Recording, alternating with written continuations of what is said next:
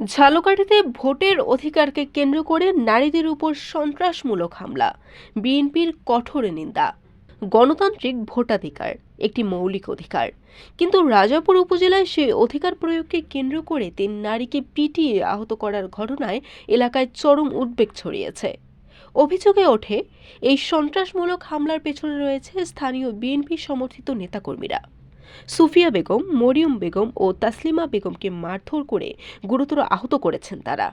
তাদের উপর হামলা চালানো শুধু ব্যক্তিগত আঘাত নয়, এটি নারী নির্যাতন এবং গণতান্ত্রিক অধিকার লঙ্ঘনের স্পষ্ট উদাহরণ।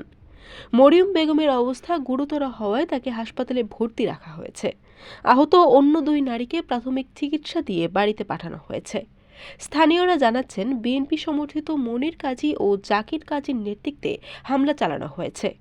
ভোটের অধিকার প্রয়োগকে তারা প্রমাণিতভাবে সন্ত্রাসের হাতিয়ার হিসেবে ব্যবহার করছেন। স্থানীয়রা বলছেন, এই ধরনের রাজনৈতিক সহিংসতা কোনোভাবেই গ্রহণযোগ্য নয়। রাজাপুর থানার ভারপ্রাপ্ত কর্মকর্তা ওসি মোহাম্মদ নজরুল ইসলাম জানিয়েছেন, লিখিত অভিযোগের ভিত্তিতে তদন্ত চলছে এবং অভিযুক্তদের বিরুদ্ধে আইন অনুযায়ী ব্যবস্থা নেওয়া হবে। এলাকার মানুষ তীব্রভাবে নিন্দা জানিয়েছেন। তারা বলছেন, নারীর প্রতি এমন বর্বর আচরণ সম্পূর্ণ অমানবিক। ভোটের অধিকারকে ভীতিকর ও সহিংসতার হাতিয়ার বানানো একেবারেই ন্যায্য নয়। জনগণ আশা করছে, এই ধরনের হামলার ঘটনায় যথাযথ বিচার ও শাস্তি কার্যকর হবে। এ ঘটনায় বিএনপির কিছু নেতার সহিংসতা স্পষ্টভাবে দৃশ্যমান।